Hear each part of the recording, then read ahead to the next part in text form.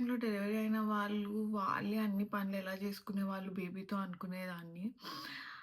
ఇంట్లోనే ఉంటారు కదా! మేనేజ్ అయిపోతది కదా! అనుకునేదాన్ని. బట్ చాలా కష్టం.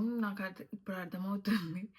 ఏవి అంత ఈజీ ఉండవని. ఇద్దరు చూసుకోవడం అంటే వెరీ హెక్టిక్. ప్లస్ మిల్క్ కూడా ఇస్తాను కాబట్టి సరిగ్గా తినకపోతే మిల్క్ తగ్గిపోద్ది. అయితే అది ఈజీగా డిఫరెన్స్ కనిపించేస్తది మిల్క్‌లో. ఎగ్ ప్రోటీన్ తీసుకోవాలి. సో, పన్నీర్ ఉంది ఇంట్లో. పన్నీర్‌తో ఏదైనా చేద్దామని చూస్తా ఉంటే, పాలకూర గూడా ఉంది. సో, పాలకూర ప్లస్ పన్నీర్‌తో పాలక్ పన్నీర్ చేద్దాం అనుకున్నా. బట్ పాలక్ పన్నీర్‌కి చాలా పెద్ద ప్రాసెస్ అని చూస్తా ఉంటే, ఒక type of palak paneer curry కనిపించింది. అది చేద్దాం.